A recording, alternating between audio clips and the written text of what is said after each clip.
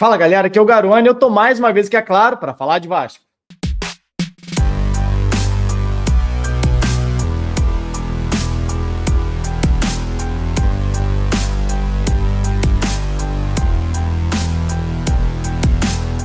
Nessa segunda-feira, o Vasco volta a campo pela 24ª rodada do Campeonato Brasileiro, enfrentando o Atlético Paranaense em São Januário. É o primeiro duelo dessa trilogia que teremos nas próximas semanas, né? O Vasco caiu no sorteio para enfrentar exatamente o Atlético Paranaense pela Copa do Brasil. Então teremos hoje pelo Campeonato Brasileiro e depois uma sequência, não em sequência, tem um jogo ali no meio, mas uma série de jogos contra o Furacão valendo pela Copa do Brasil. E é sobre isso que a gente vai falar aqui. Então já chega deixando seu like. E se você é vascaíno e ainda não é inscrito aqui no canal, se inscreva. Batemos a marca dos 85 mil inscritos aqui no canal. Muito obrigado pelo carinho, galera. Então, mas dá para crescer mais, hein? Cabe muito mais gente aqui. Então já chega se inscrevendo aqui no canal. Bom, vamos falar um pouquinho desse duelo, né, entre Vasco e Atlético Paranaense.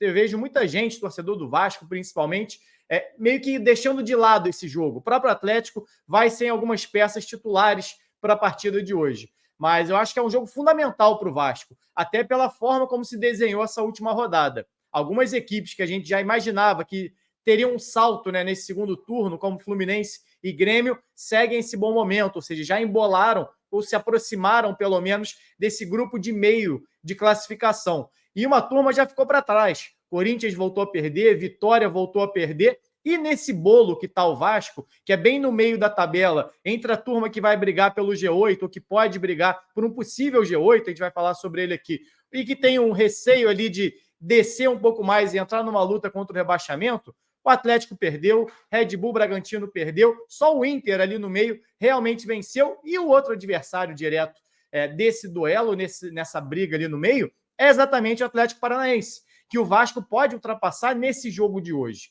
E o Vasco vai ter, depois dessa partida contra o Atlético, uma sequência muito dura no Brasileirão. Vai sair para enfrentar o Vitória no Barradão, vai enfrentar um clássico contra o Flamengo, a gente já viu como é que foi no primeiro turno. Claro que os momentos são completamente diferentes, mas ainda assim, é um clássico, é um jogo difícil. Tem um duelo contra o Palmeiras, ainda que seja em São Januário, é um duelo muito duro, tem partida contra o Cruzeiro, então o Vasco tem uma sequência de jogos depois dessa partida muito dura. Então pontuar cheio, ou seja, conseguir uma vitória hoje dentro de casa contra o Atlético seria fundamental para o Vasco definir a sua posição no campeonato, definir a sua luta nessa reta final do campeonato. Falei aqui do G8, que é uma possibilidade, né? Até o G6, você garante vaga, ainda que seja na pré-Libertadores, G4 dentro da Libertadores, G6 numa pré-Libertadores, e você pode ter um G8 até um G9, dependendo do que acontecer em Copa do Brasil, Sul-Americana e Libertadores. E nos últimos anos tem dado Brasil, né? A gente tem tido pelo menos um G8 ali. Então, a distância do Vasco para o G6 é muito longe, para entrar direto ali, independente do que vai acontecer nos outros campeonatos. São 11 pontos, se eu não me engano, nesse momento, de diferença. Só que para o G7, que já é uma colocação muito provável de botar o time dentro de uma Libertadores, a distância é bem menor. Inclusive, o Vasco pode ultrapassar o próprio Atlético Mineiro, pode passar o Atlético Paranaense e o Atlético Mineiro nessa rodada. E um desempenho agora é fundamental, como eu disse, porque a sequência depois é muito dura. Até para você criar uma gordura ainda maior olhando para trás. O Vasco hoje tem a diferença de 6 pontos para a zona de rebaixamento. Dá para ampliar para 9, tendo um jogo a menos em relação a Vitória e Corinthians, que são as duas equipes dentro da zona de rebaixamento, as primeiras ali dentro da zona de rebaixamento. Então é um momento importante para o Vasco. Não acho que dá para o Vasco visar só Copa do Brasil, não. O Vasco não pode tirar o foco do Campeonato Brasileiro para não acontecer de ter uma sequência ruim de resultados e depois mudar essa luta toda que tem sido construída desde a chegada do Paiva.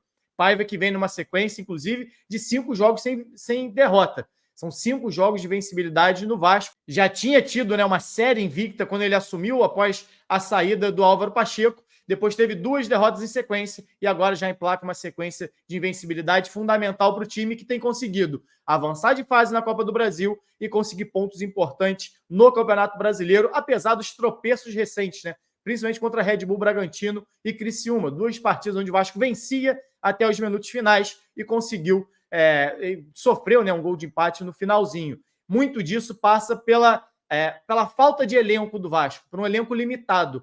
E hoje a gente vai ter um Vasco olhando para os 11 titulares completo, a volta do Verratti, que ficou fora do jogo contra o Criciúma, mas no banco de reservas, mais uma vez, não vai ter Felipe Coutinho, não vai ter Alex Teixeira, não vai ter o JP, pelo que saiu de notícia, por uma escolha, inclusive, do próprio Rafael Paiva, o que eu acho estranho, já que o Vasco, para a vaga do Payet, né, para um reserva ali do Payet, o Vasco vinha utilizando o Praxedes, que foi para o próprio Atlético Paranaense, pode, inclusive, fazer a estreia dele hoje contra o Vasco, ou o JP, já que o Estrela está machucado e o Coutinho também está machucado. Então, não sei como que o Paiva vai fazer para o segundo tempo para tentar manter a intensidade desse time.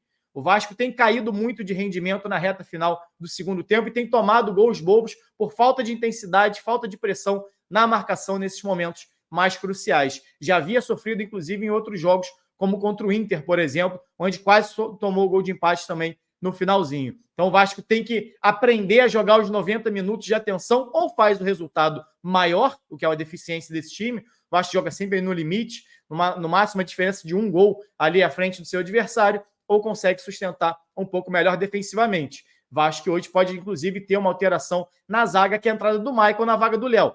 O Léo, tão criticado nas últimas rodadas, tão cobrado pela torcida, pode acabar perdendo essa titularidade, já que o João Vitor voltou de lesão, já jogou na última partida, já jogou, inclusive, contra o Fluminense, mas o Michael pode ser o seu novo parceiro. Vamos ver quem seria deslocado para o lado esquerdo. Acredito eu que o Michael, apesar dos dois serem destros. E se você está confiante numa vitória do Vasco, está confiante num bom resultado do Vasco, aproveita e vai lá na Betfair, que está rolando super cotação para caso de o Vasco marcar pelo menos um golzinho em São Januário. Falei aqui que o Vasco está invicto a 5 jogos, são 5 jogos também marcando gols, uma sequência muito positiva do ataque vascaíno, que hoje tem a volta do Verratti, como a gente falou aqui já. Então, se você está confiante no bom resultado do Vasco, ou pelo menos um golzinho do Vasco hoje em São Januário, vai aqui no link, no primeiro link na descrição, clica, abre a sua conta na Betfair e aproveita a super cotação de 4-1. Um gol do Vasco está pagando R$4 para cada R$1